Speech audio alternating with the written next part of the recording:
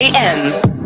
All right, it's the Cape's big wake up, and I've seen more and more young people in the last couple of days hopping onto social media, shouting out to the world, I've been vaccinated. Man, they sing, they dance, some of them, they are having themselves a fab time now that they've got this jab in their arm. Two young people that we are reaching out to who have, in the last couple of days, been on social media and have told the world about it. The first is very well-known singer, performer, somebody we featured on Hard Breakfast loads of times in the past, Anslin Guysman. Casey, morning. Good morning, Aiden. Good morning, Hard Breakfast. How are you? No complaints, man. No complaints at all. What does that shot in the arm mean to you? I've seen your posts. I've seen what you've got to say. But I mean, just from a personal point of view, you've waited a long time for this. What does it mean for you? I did wait a long time, and I think getting this vaccination for me is not about climbing onto some wave of people wanting to get vaccinated. I just thought, let me get vaccinated because I do want to experience a lot more of this world. And it literally just means longevity for me in life. Because, I mean, it doesn't prevent me from getting the virus, but it does, prevent me from falling terminally ill. And I just wanted to be safe for my parents as well and for those who are but frail around me, So it's nothing fancy. It's just literally being safe, protecting those around you, and just protecting yourself. Yeah, I saw the video. I mean, your reaction was much like mine. Like, what do you mean it's done? To the heart of worship.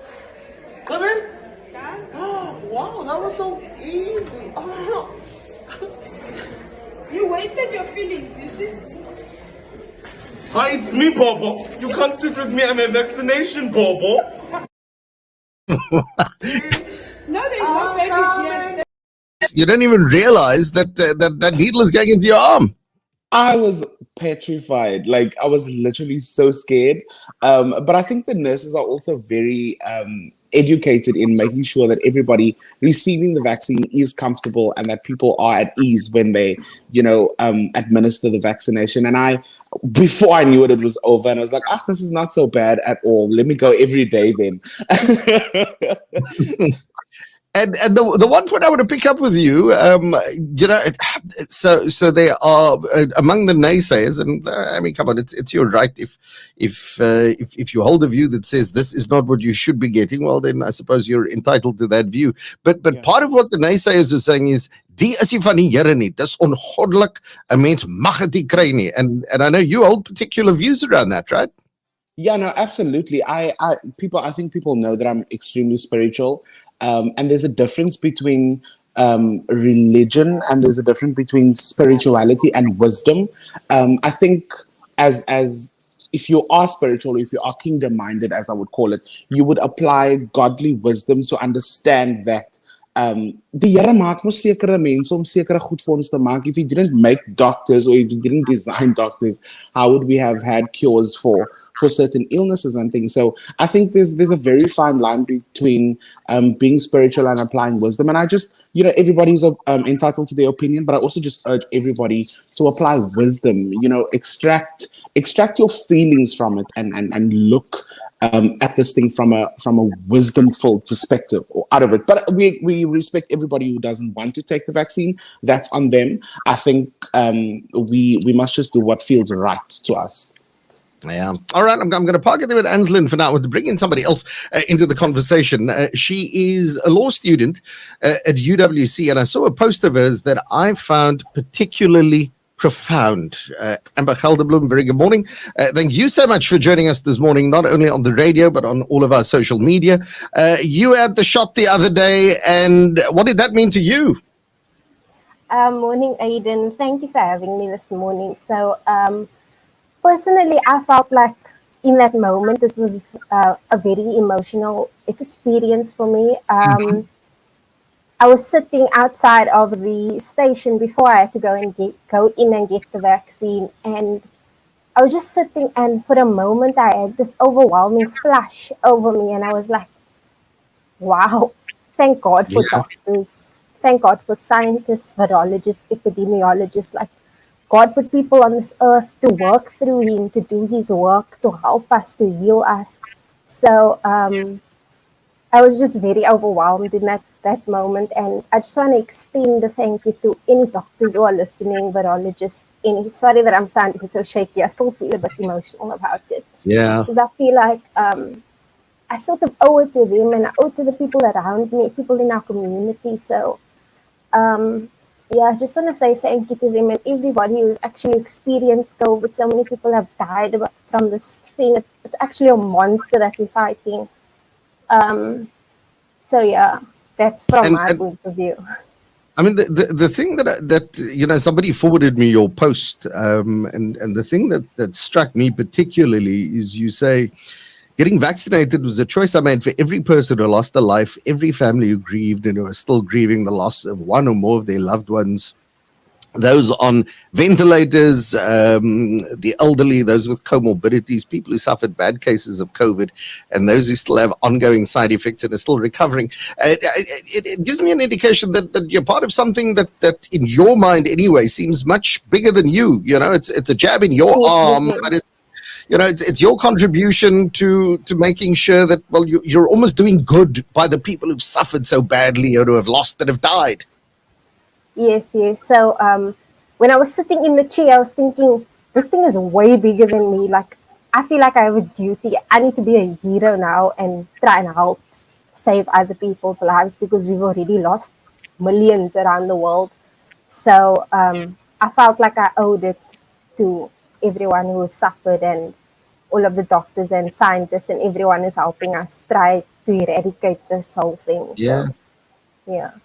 All right, and for a moment there, Amber, if they're young people like you, I mean, us old farts, we had our chance. We've got no excuse if we don't have a jab in our arm yet. But for young people who now have been extended the opportunity to have this, what's your advice to them if they still are in two minds, if they still are unsure about going, if they still have the mindset that, man, I'm young, I've got this is not going to affect me. It's only the older people who are dying anyway. What's your message to them? I think the important thing that people need to do is educate themselves. I think we need more of that. I think I would really hope and love for doctors to come into our communities and maybe have some conversations with our people and educate them from a more educated perspective, a medical perspective, to maybe help them see the positives to getting the vaccine. I would say there's lots of information on the internet. Go and read up on things. Don't just make assumptions from a random Facebook post that you've seen. Go and read. Go and look at what doctors have said. Go and look at what scientists have said. The important thing is educate yourself and just go and get this vaccine so that you can go and get rid of this thing. All right. Well, Amber, listen, you have yourself an absolutely awesome day. Thanks very much firstly for speaking to us, but secondly, for speaking to us so powerfully. I really appreciate your time this morning on our breakfast. Thank you, Aiden. Okay, there we go. Anslin, if I can bring you in for a moment. I mean, you are a part of, I suppose, what people would call an influencer. You're out there. You've got a strong media following. People know you. They see you perform. They love you, and so on. I mean, there's almost more of a duty on people like you to be saying and to be doing the right thing, to be leading the charge. So, what's your message to young people? Absolutely, Aiden. I believe that social media is an extremely powerful tool. And if you are in a position of influence, utilize that platform to advocate for positive change, to advocate for the things that matter. We are flooded with messages of propaganda and false information, and we know how susceptible our people are to give in to those things. And I think my message to young people is definitely to spread awareness, and even to people in our industry. If you have some sort of influence in this world, on this country, use your voice to make a change. Use your voice to advocate for progress in this country, and don't entertain propaganda, don't entertain negative influences in terms of administering the vaccination or even taking it. It is our responsibility to make sure that life is sustainable, for generations to come. And what better way to follow our hearts and follow our guts and do the right thing. So my message to young people out there is be safe. It's not about us. It's about the people around us. We are not in this game alone. We have people around us that need protection, and it is our responsibility to make sure that they are protected through our being protected as well, if I can put it that way. So this is not a campaign to force people to get vaccinated, but just to open people's eyes. Millions of people have died around the world, and it is our responsibility to ensure that that number doesn't escalate any higher. So there's nothing more that I can say besides implore people to really use the cognitive part of their brains and just go out and do the right thing, man. Nice one. There we go. And Guysman, I'm going to leave it there with him this morning. Thanks to him. Thanks also to Amber Gelderbloem, just part of the throng of young people whose social media posts have come across my desk. And in one way or another, I think they've summed up just where young people are at. There's a massive, massive take-up rate among young people for this vaccine at the moment, which I think is a massive step in the right direction. All right, let's